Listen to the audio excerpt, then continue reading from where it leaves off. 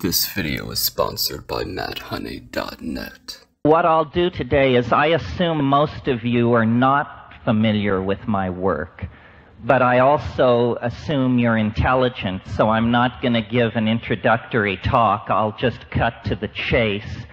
And if you don't understand what's said, at least you have the satisfaction of knowing nobody talked down to you, right? Okay. It's very hard to know where exactly to slice into this pie. I mean, I am an advocate of the psychedelic experience for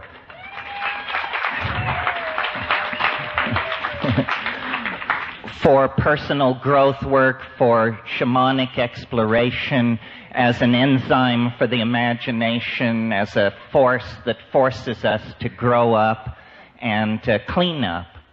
However, what I want to talk to you today about, because this is a pagan community, and because I think the argument, if it's not understood here, won't be understood anywhere, is I want to talk about the social impact of psychedelic plants on human consciousness, both in the present and in the remote past. Because my approach to psychedelics is not to see it as a religious freedom issue or a personal self-exploration issue. That's all there.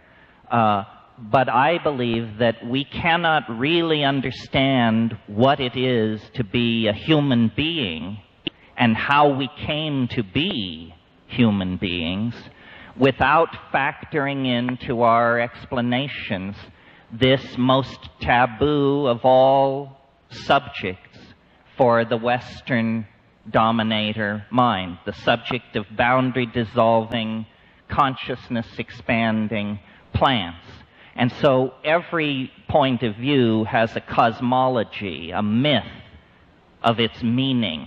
And as quickly as I can, I want to tell you the myth that, to my mind, unites paganism, psilocybin, sexual freedom, the peril to the earth, and the hope for the future, all into one very nice, neat package. And it requires a kind of an anthropology lesson.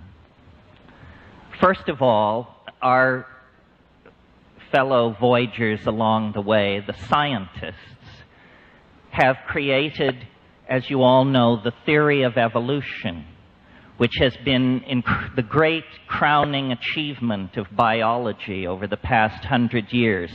First, the Darwinian understanding of natural selection and random mutation, then Mendelian genetics, the discovery of the particulate nature of the gene, then still later molecular genetics, the elucidation of DNA, so forth and so on. The theory of evolution has been very successful in explaining the state of nature on this planet, with one tremendously embarrassing exception, which is ourselves. Biological evolution cannot account for a phenomenon like minded human beings involved in the building and maintenance of global, electronically sustained societies. How do we do it? Well, we do it because we have a vastly superior cerebral architecture to any other organism in nature. And the interesting thing about that architecture is that it sprang into being in the blink of an eye, geologically speaking. The human brain size doubled in less than 2 million years. This is the most dramatic expansion in the size of a major organ of a higher animal in the entire fossil record. It would be, under any circumstances, an embarrassment to the theory of evolution. But notice that the theory of evolution was generated by the very organ we're discussing. So it is doubly embarrassing. Now, obviously, we are the inheritors of extraordinary circumstances. Higher animals have existed on this planet for 200 million years in all kinds of forms. reptilian life, amphibian life, avian life, mammalian life, and never, so far as the geological history of the planet can tell us, never did machine-building, language-using, technology-producing societies arise. Some extraordinary interaction in our early history is responsible for our circumstance as language-using, technology-producing creatures. Okay, end of introduction. Here's the scenario, and I hope it has special resonance for this community. All animal species tend to evolve into an ecological niche and stabilize themselves there. Ants and termites have been at equilibrium for hundreds of millions of years. Our remote ancestors also were on a direct course toward that kind of dynamic equilibrium. We were evolving toward being fruit-eating, canopy-living, insectivorous primates with an advanced repertoire of pack signals, and this was apparently to be our evolutionary destiny. Were it not for the fact that sometime in the last 5 million years or so, the African continent, which was the site of our environmental proto-system, began to dry up. And the forests that had always been our arboreal home began to shrink. And what this spelled for our remote proto-hominid ancestors was nutritional pressure. There wasn't enough food. Our remote ancestors began descending from the canopy and exploring the new environment that the aridity was bringing into existence, a grassland environment, an environment of limited numbers of plant and animal species relative to the climax tropical rainforests that were in retreat. Now, the reason animals specialize their food supply is to avoid contact with mutagens in the environment. If you begin experimenting with foods and begin eating everything, you will produce more children with mutations. Some of these mutations will be positive, most will be lethal. When our remote ancestors came under nutritional pressure, they began expanding their diet. This was the moment when we became partially carnivorous, when we became omnivores. And had I more time, I would lay out many examples of specific plants, such as plants that contain birth control alkaloids and things like that, specific plants that would have impacted early human emergence. But I want to concentrate here on one plant, and that is the psilocybin-containing mushrooms that grow in the dung of cattle.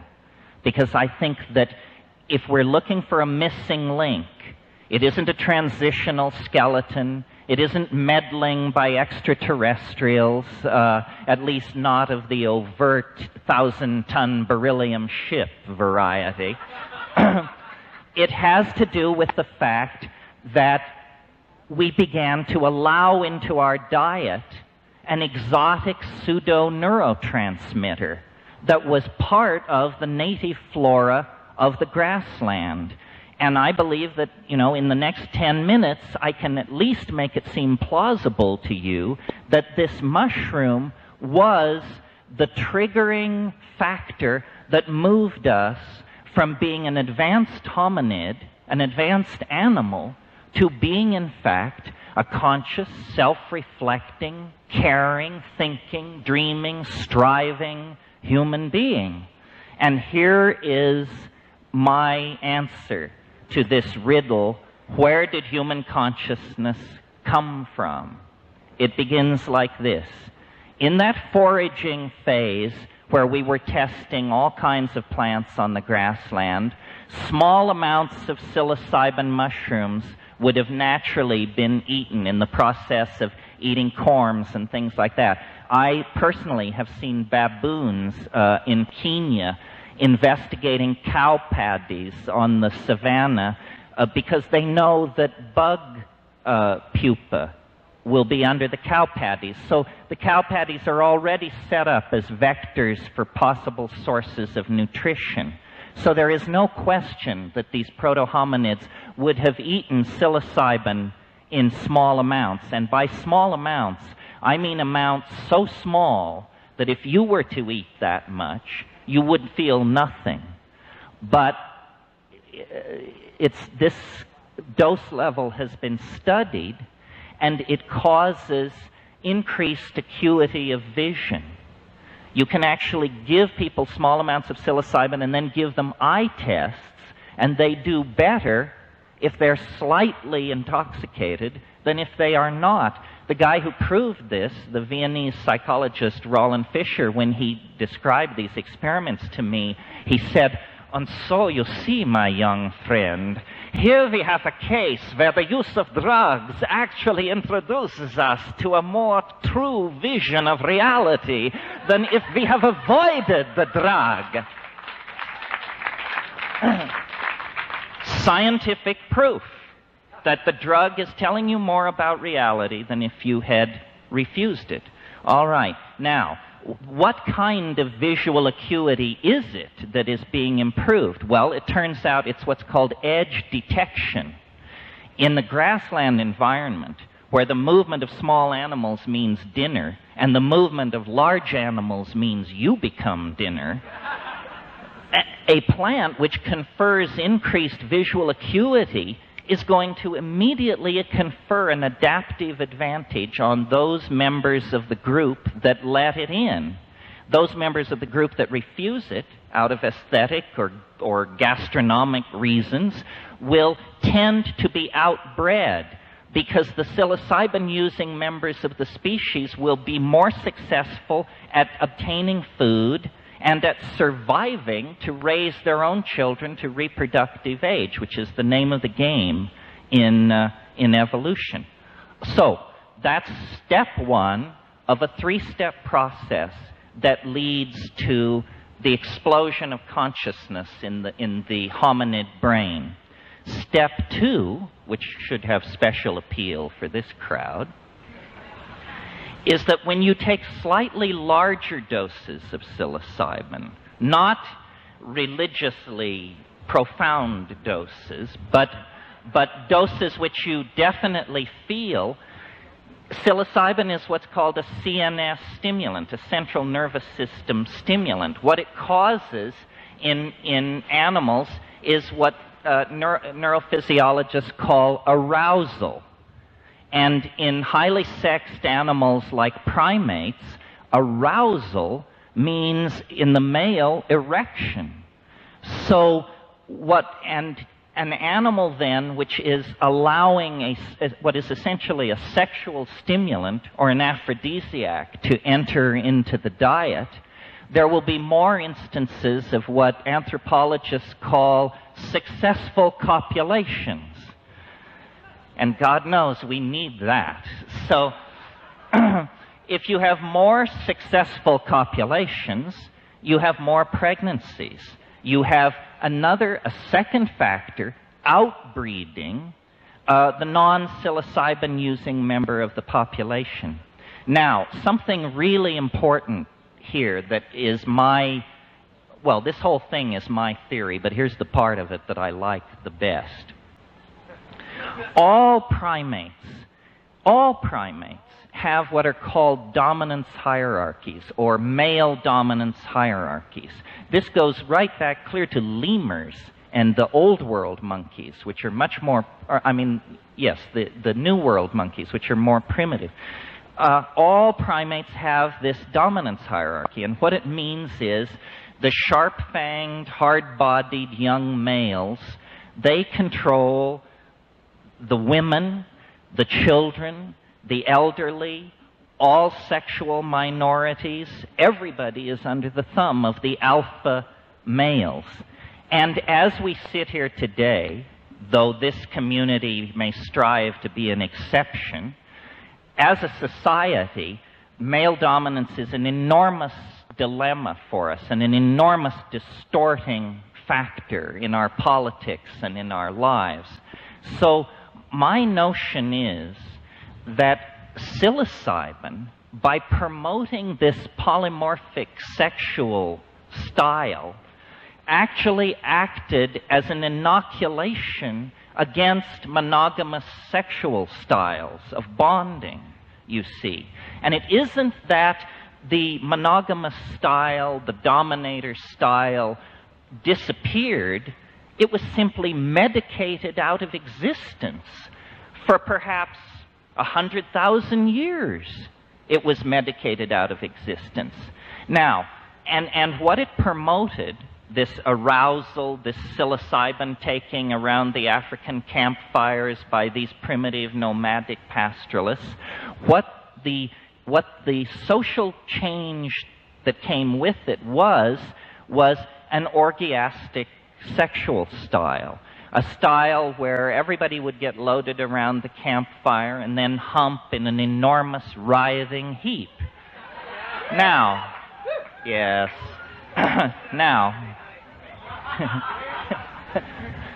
now, besides the fact that this is a great deal of fun, it has a very, very profound social effect, which is, in societies which allow orgy, men cannot trace lines of male paternity. Men cannot trace lines of male paternity. What does this mean? It means that men do not identify with children as property.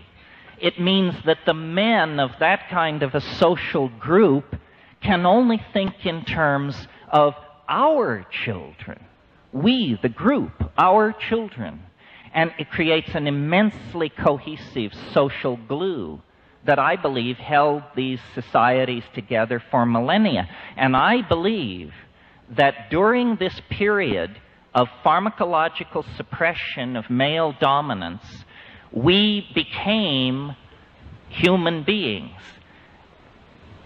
Theater, poetry, magic, art, altruism, dance, symbolic and cognitive activity of every sort was born in that window of opportunity when there was simultaneously a chemical suppression of male dominance and consequently an opening to Gaian intentionality, to the intent of the larger biological systems in which the human system was embedded. And a kind of paradise came into existence. There were actually two phases. One from about 40 to 30,000 years ago in the interglacial. And in that early phase, human beings, cattle, and mushrooms were sort of all swirling together there on the African grassland in contact, but not yet a coherent triad. The second partnership paradise arose at the last glaciation, at the melt, during the last glacial melt, and lasted from about 20,000 years ago to perhaps as much as recently as 10,000 years ago.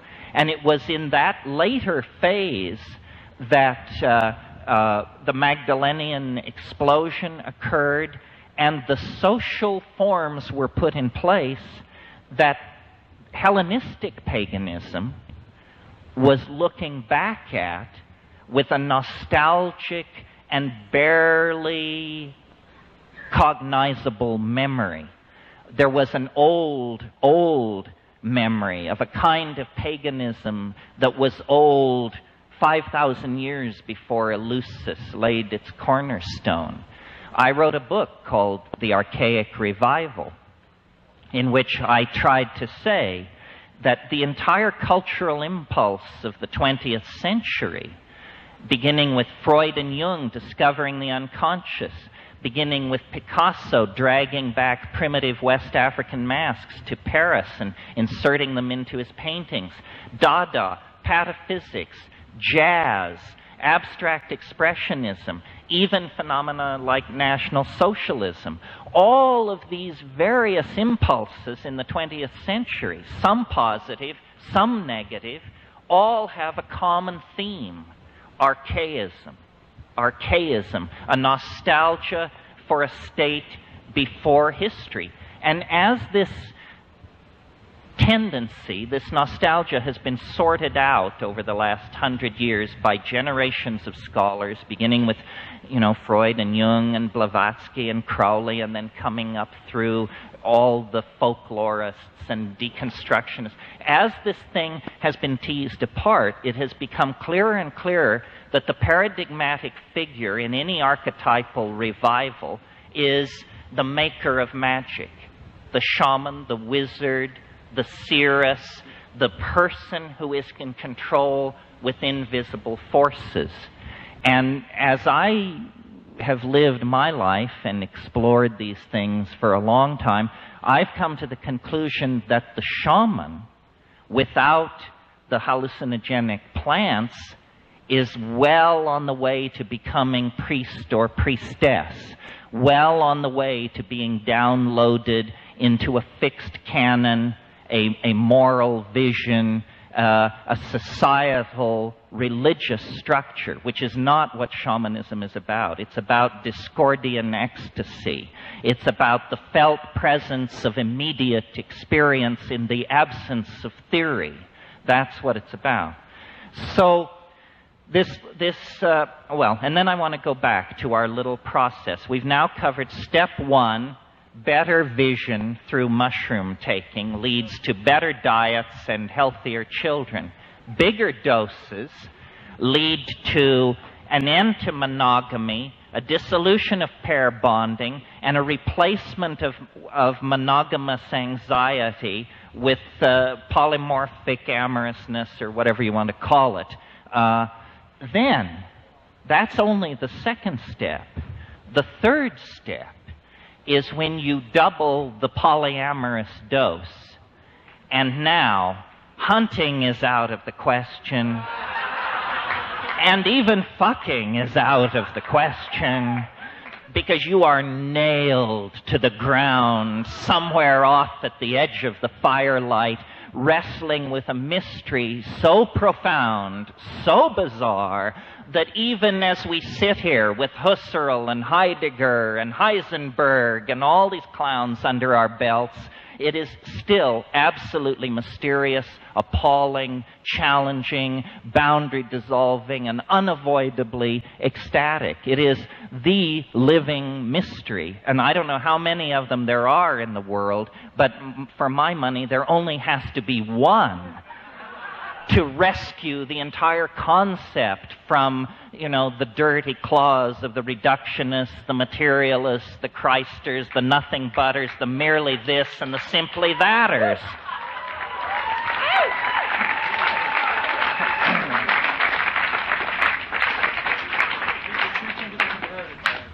Yeah, I know I'm preaching to the converted, but if I preached to the unconverted, I'd be hung from the yardarm. So, you may say to yourself, well, this is all very interesting. This guy has some kind of anthropologically revisionist theory, and, that's all well and good. In other words, so what? What does it have to do with us?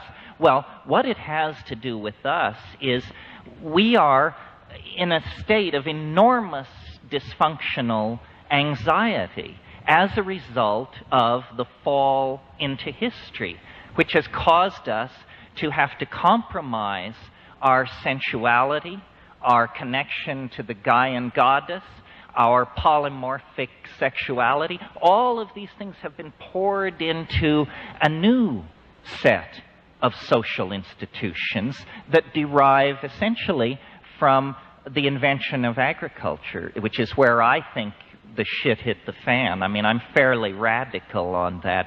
I think that agriculture is the end because it's incredibly successful as a strategy for food production.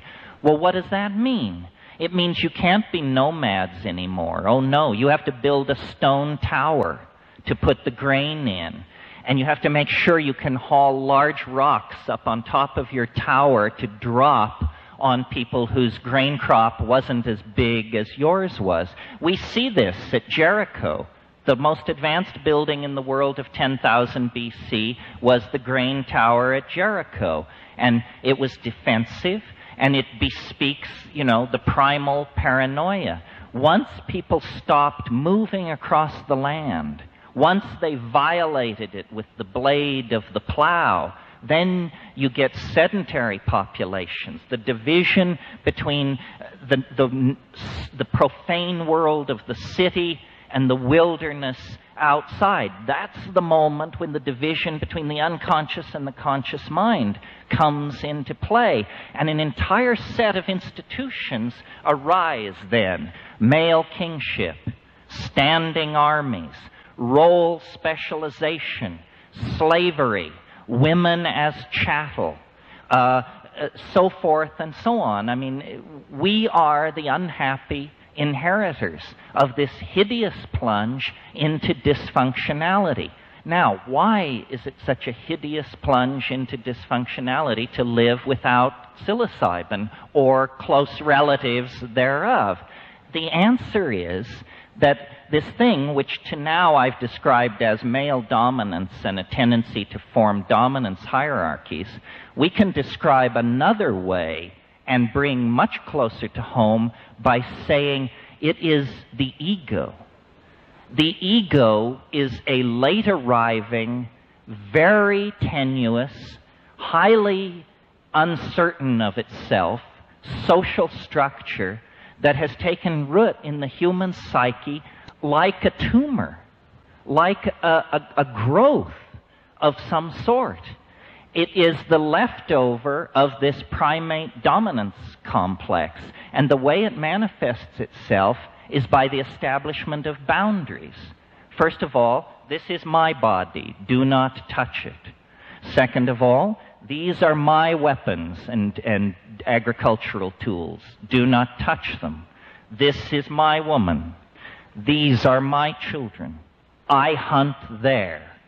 So forth and so on. It's this division of the world that allows the illusion of the ego to come into existence. Now, what do psychedelics do, and why are they such social dynamite? The answer is, it's not a health issue. It's not an addiction issue. It's not, that's preposterous. It's about boundary dissolution. Every society, from the classic Maya to Fujiwara, Japan, to the France of the Bourbons, every society establishes a set of boundaries, which it then calls reality, and woe betide you if you go across the boundary, because then you are outcast, outclassed, outlandish, and the full fury of the community can be turned against you. And we all know what that can mean as pagans.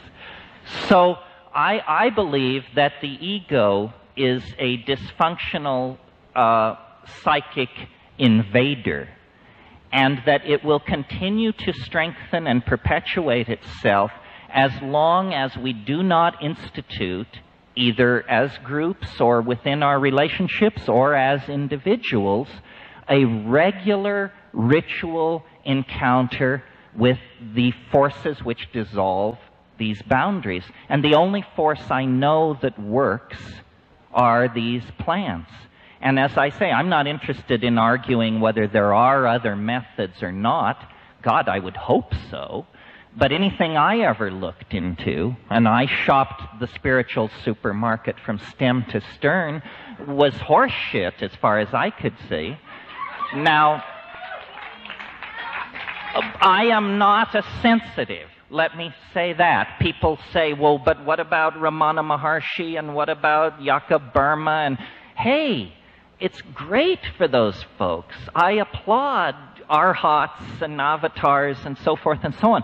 But what I'm interested in is democratic ecstasis. It should be for the most lumpen among us.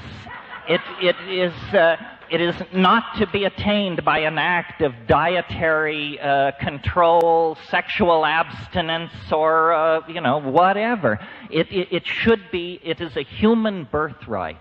It is a human birthright to touch the incorporeal body of the goddess. It isn't something.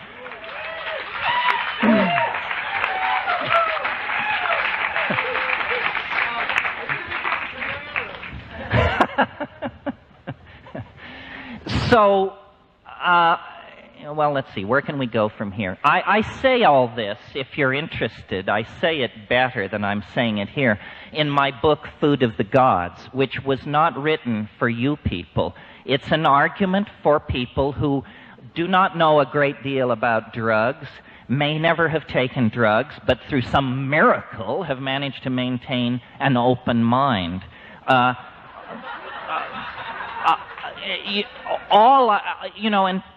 I don't know how much you know about my shtick, and I can't get into it now, but for me, these things are more than tools for exploring the Freudian or Jungian unconscious. I mean, I journey to inhabited worlds that there are echoes in Elfland and Fae, but, as a rationalist, as a aspiring astronautical engineer at age 13, it's astonishing to me that I could validate the mystery through doubt. Through doubt.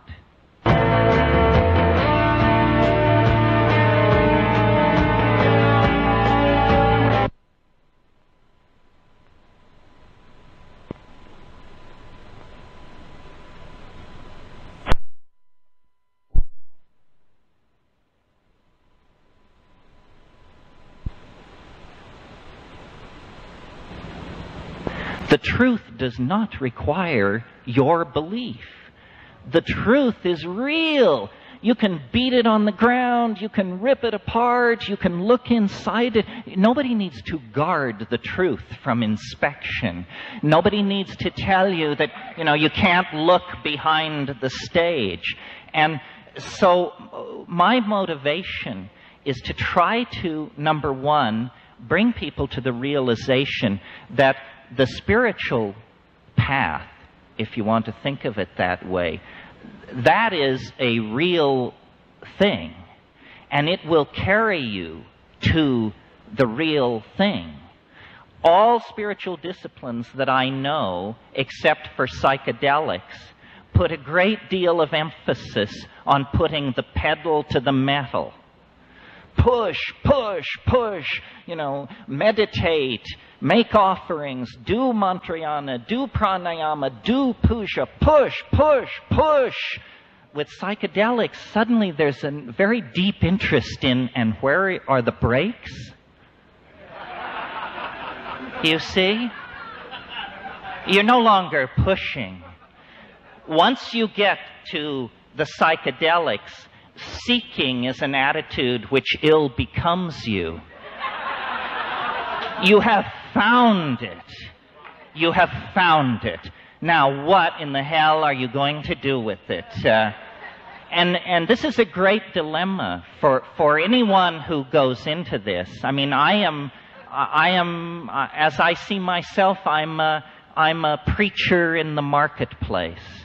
But I know, and I'm sure most of you know, that I could walk out of here, you could walk out of here, and you could go as far as your courage would carry you. There is no barrier. There are no more barriers. You can go as far as your fucking courage will carry you. And at that point, you have to ask the question, do I want to be the mad monk of Cold Mountain? Do I want the villagers down in the valley to say, oh yes, we see him occasionally up in the mist, naked, flying with the eagles, because you can be that person. you know, you don't have to go back to your job as ad exec, stockbroker, or whatever it is. And so we stand on the edge of being able to leave history. We can leave it. You know, we tend to forget, because our lives are so brief, that what we call the psychedelic experience is very, very new on the plate of Western occultism and science. I mean, hashish did not make great inroads into medieval Europe. That all came later in the 18th and 19th century. Chloroform, ether, these things don't cut it. Mescaline was synthesized for the first time in 1888. These things had to compete with many other interesting areas of scientific exploration in the 20th century. We have not come to terms with what they mean and what they are. And it's a curious area, because the counterculture, whatever that may mean, knows a great deal more about this than science. I mean, science does not explore this area because it senses enormous danger for its ontological machinery. It probably couldn't survive the encounter, and therefore it's just said, well, it's psychology, it's marginal, it's fleeting, it's non-irreproducible, and so forth and so on. This is all nonsense. You can, by unplugging the telephone, by fasting for 6 hours, and by taking 5 dried grams of Stropharia cubensis in silent darkness, you can go up to the great simulacra of human explorers, Hypatia, Maria, Newton, Da Vinci. You can take that ride. I have the feeling that when we go into those psychedelic spaces, we not only see things no one has ever seen before, we see things no one will ever, ever see again. Okay, one last thought I want to put out, and then I'll try for some questions. I have a sort of a rational mind in that I like things to make sense. I don't mean experimental sense, but I mean if you can build a verbal metaphor to get from one thing to another, then you understand it much better. And so the magical dimension is real. It isn't psychological. It isn't based on the strength of will. It's as real as Mars in its orbit. I mean, there's real estate out there, folks. It's that real. And so then the question becomes how to vivify it. And the answer is by creating a consensus in language, by having it made illegal. It's like where sex was with the Victorians. You know, everybody was inventing the wheel over and over again. What we have to do is begin to build a consensus about this realm. And, you know, this may be heresy in a community as oriented toward tradition as this one seems to be. And the generally pleasant position to take is that everybody has a piece of the action. You know, the Hasids know something, the Buddhists know something, the Book of Mormon, there's something there. The mushroom was incredibly ungenerous on this point. It said nobody knows jack shit about what is going on. So it is for you, with your body as laboratory and your mind as worker in that laboratory, to find the way to reflux the alchemical gold. The only experience which counts is your own experience. Everything else is somehow handed down through social structures and political structures. It's irrelevant. If flying saucers were to land on the south lawn of the White House tomorrow, it would not matter to you as much as smoking DMT would if you did that tonight, because that's your experience, your conviction. you see.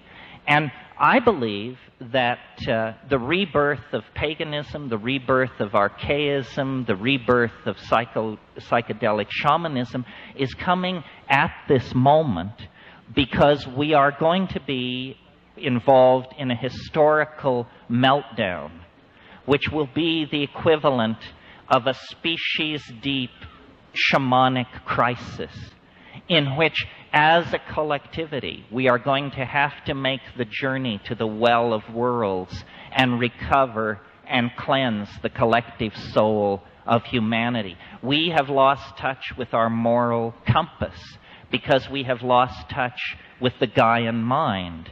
And this is not a metaphor. If you take these neurotransmitters, these exopheromones that connect you up with the natural environment, the Gaian intent becomes known. It's an act of feeling. If we could feel what we are doing, we would stop doing it. But we live in a realm of abstraction, excuses, incredible wealth, incredible levels of pampering and softness lie between us, the upper 5% of the intellectual and material elite on the planet, and the problems. I mean, how many of us have been to Bosnia or Rwanda or Somalia? These things are only images on a dehumanizing screen. If we could feel what we are doing, we would awaken to the mystery of each other and to the mystery of the historical process of recovering what was lost. We don't need this material civilization. We don't need 5 billion people on this planet. We have to think very, very radically about how we are going to change ourselves, or we're not going to make the cut. And orthodoxy is utterly and completely bankrupt. All it can do is suppress. They suppress, they suppress, they suppress. But there's only one argument that will forgive suppression: deliverance. And they can't give us deliverance. All they can give us is the Menendez trial, OJ, Baby M, the skaters, Klaus von Bülow. Horseshit, horseshit, horseshit. We are locked inside a nightmare of contaminated and toxic imagery that is designed to disempower you and make it impossible for you to think straight. And the way out is straight back to the reality of the vegetable gnosis. It is there. It has always been there. The societies that never broke the connection live in dynamic and loving balance with each other and the planet today, were it not for the input of our disruptive social and economic systems. So I talk to all kinds of people who I see as part of my community. But it stretches from virtual reality to the radical gay movement, to the house movement, to the pagan movement, to the younger molecular pharmacologists, to the radical art historians and psychotherapists. All of these communities are fragmented and suspicious of each other. And this is precisely what orthodoxy enjoys. If all of these countercultural impulses could make common cause, we would probably discover that we're 65 to 70% of the population. And so what is needed is a spirit of boundary dissolution between individuals, between classes, sexual orientations, rich and poor, man and woman, intellectual and feeling-toned types. If this can happen, then we will make a new world. And if this doesn't happen, nature is fairly pitiless and has a place for us in the shale of this planet where so many have preceded us. Well, I think that's the basic rave. It raises a lot of issues. If somebody's burning to ask a question, yes, burning to ask.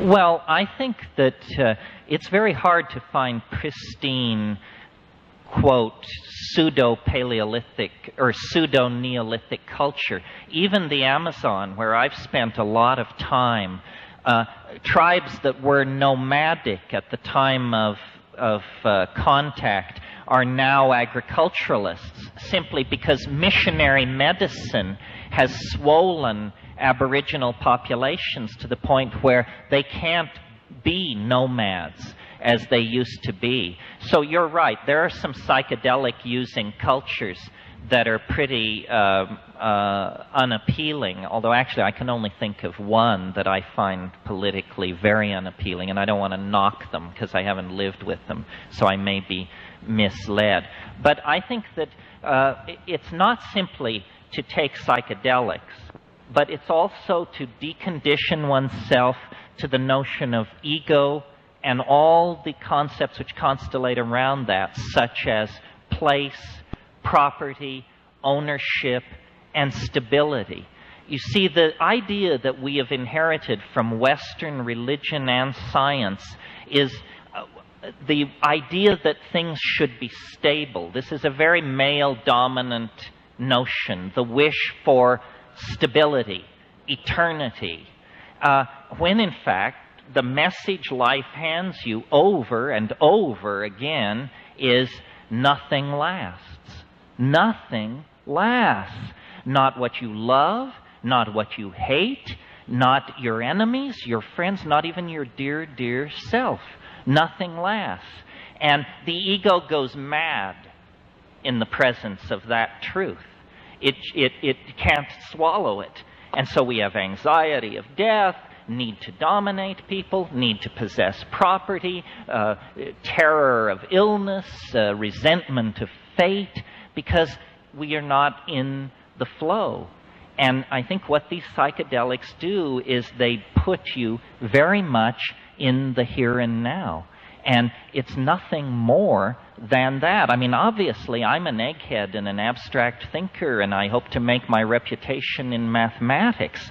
But feeling is the primary validator of existence. I mean, if you don't know that, you've got to go back to square one.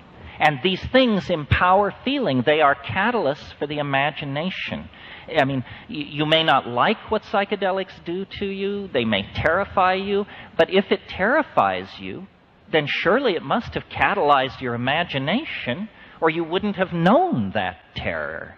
So catalysis of the imagination in a fairly loving and yet ruthless way is what the psychedelics deliver. Anybody who calls this escapism is sitting on their thumb. I mean, they don't know what they're talking about. Reality is for people who can't handle this stuff.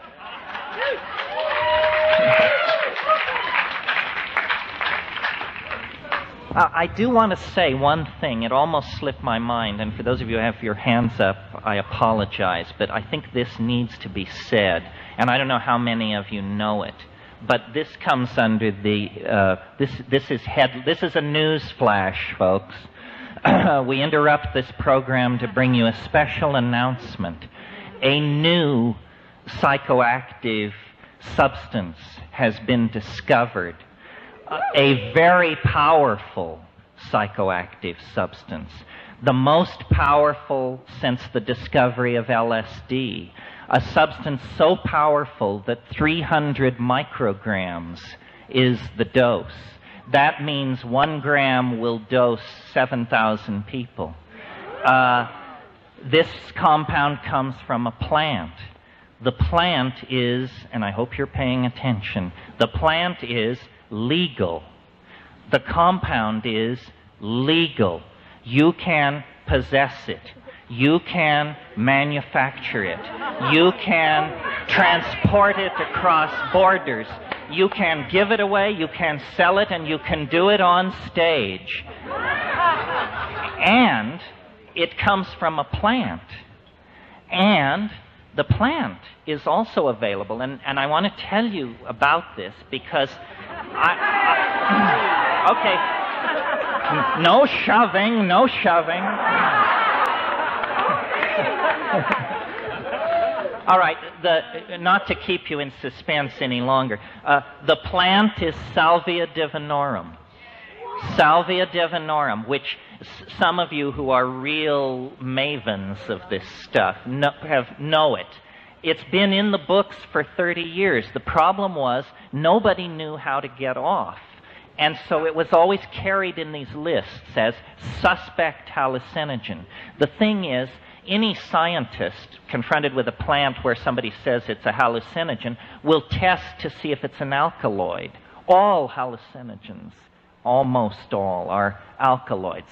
So Salvia divinorum, negative for alkaloids. Doesn't matter. It has a new, unknown compound in it, now known, salvorine alpha. And the interesting thing about salvorine alpha is we have in this country what's called a structural near relatives or cogener law, which says if a compound is a structural near relative, isomer, enantiomer, or stereoisomer of an illegal compound, then it too can be made illegal. Salvia divinorum doesn't fit this description. That means that in order to make this stuff illegal, the government will have to present medical data showing there is something wrong with it. And at this stage, nobody on Earth knows the real pharmacological parameters of this compound. So here's the deal. You can grow this plant in a window box, in your apartment, in your backyard. It looks like Joe Plant. There is nothing particularly distinguishing about this plant. And if you have 3 or 4 cuttings, in 6 or 7 months you will have more than you know what to do with. And then I'll just describe how I do it. I'm slightly chicken shit to do the pure compound, which, by the way, you do 300 micrograms. Understand that what that looks like is a grain of salt. A small grain of salt is a human effective dose. It comes on so fast that you have no impression of it coming on at all. You do it, and then after a while you notice that for a long time you have been staring at something incomprehensible. Well, here's how I recommend that you do it while we get the chemical thing sorted out, because the chemical, it could be dangerous. It would be very easy to overdose by a factor of 10, 20, 30, and you would still just be doing a smidgen. So I say, let's honor the plants. Let's not hand the government a bunch of casualties that it can cluck over and put on national TV, you know, the bibble, bibble, bibble show. Let's use the plant. And the way you do it is you grow up a batch of this stuff and get between 15 and 20 leaves. Remove the mid-vein with your fingernail just to lower the mass. Fold it all into a little pile. Put it in your mouth. And 20 leaves is a whopping mouthful. So basically, as much as you can get in your mouth. Put it in your mouth, lie down in silent darkness, and squeeze this stuff with your jaws. Tastes like it's horrible. It's not as bad as ayahuasca, but it's horrible. But you could acquire a taste for it. So lie down in darkness where you can see a digital watch. One of these red flashing jobs like a Kmart deal. And then let it, don't swallow it, but just squeeze it and masticate it. At 15 minutes by the clock, spit it out into a bowl or a Kleenex or something, and then just lie there, lie still in the darkness with your eyes closed and look, and this is almost the key empowerment, though it's idiotic, people fail to do it. Look at the back of your eyelids with the expectation of seeing something. And when you do that, after just 3 or 4 minutes, there will be what we professionals call streaming, which means amoeboid lights of after-image colors, the chartreuse and purple flowing by. And about 3 minutes after that, it will deepen very, very quickly into extraordinarily bizarre, dare we say it, fairly DMT-like hallucinations. And it builds fast. I mean, so fast that there is this wonderful moment in it where you actually know real fear, which shows you that it's working. I mean, I really believe if you take a psychedelic and you're not afraid you did too much, you didn't do enough.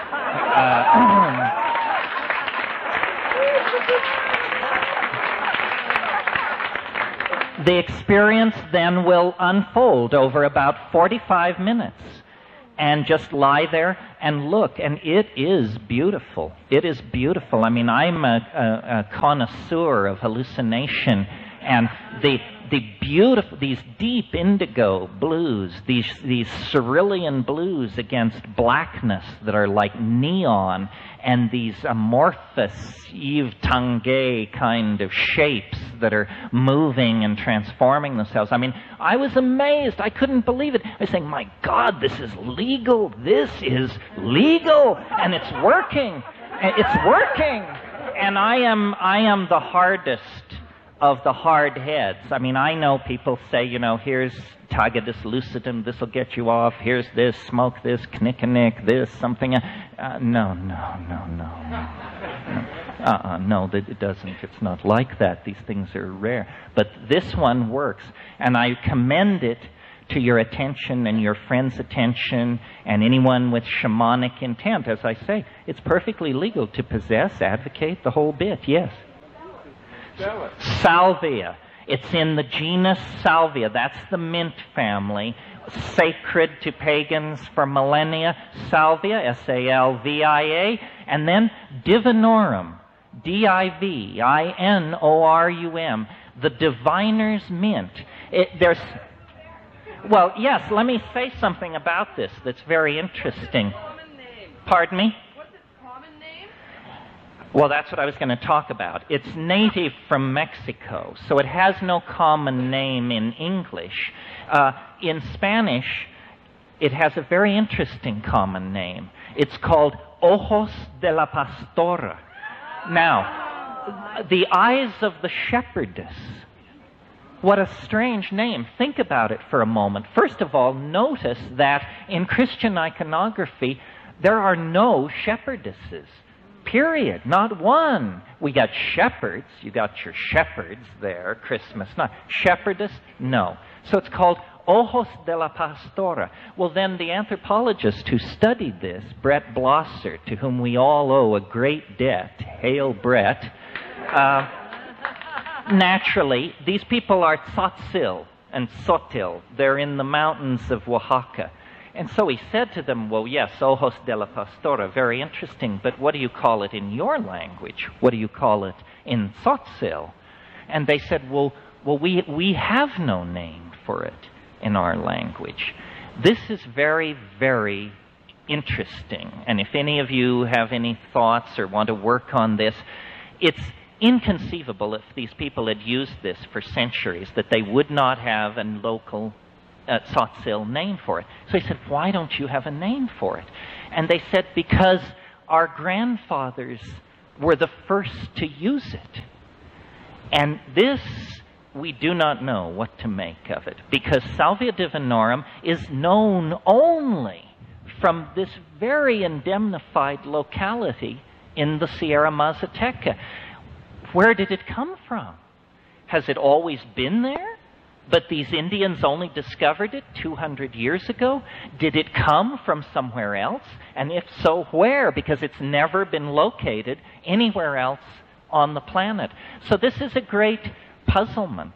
And I think if we move fast enough, we psychedelicos, we pagans, we neuronauts, we magicians, if we move fast enough, this will just be moot. And this is a far more powerful thing than cannabis. I mean, not if you've never smoked cannabis and then you sit down and smoke the best aff there is. But as we all know, after a while, cannabis loses its ability to really catapult you into the unspeakable. The Salvia divinorum, every time I have taken it, it's gotten better and stronger and weirder. So I think it is sent from the goddess at this time. Eyes of the shepherdess, these are the eyes we should be looking through. Okay.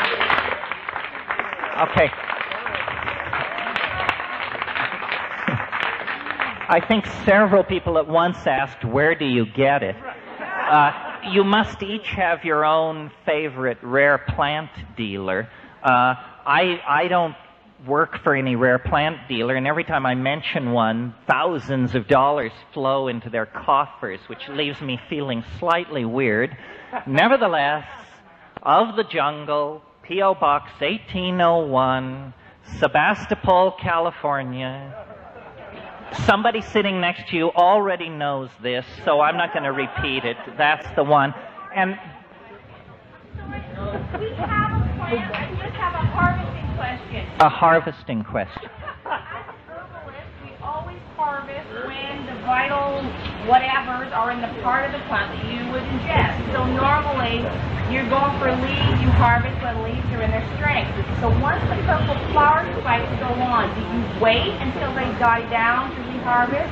Or do you indiscriminately harvest and just eat as you go? Well, we're learning. We're learning. And so far, we've been fairly careful to eat it just as it's approaching flowering. Right, but you do know, don't you, that it may look like an annual, but it's a perennial. You can clip it off above a node, and it will grow more. And we've only had success with cutting in terms of making more babies. Yeah, no, seed is a pain. Try and do it with cutting. That's about all I can say about it. All right, I'm going to knock off. Thank you very much.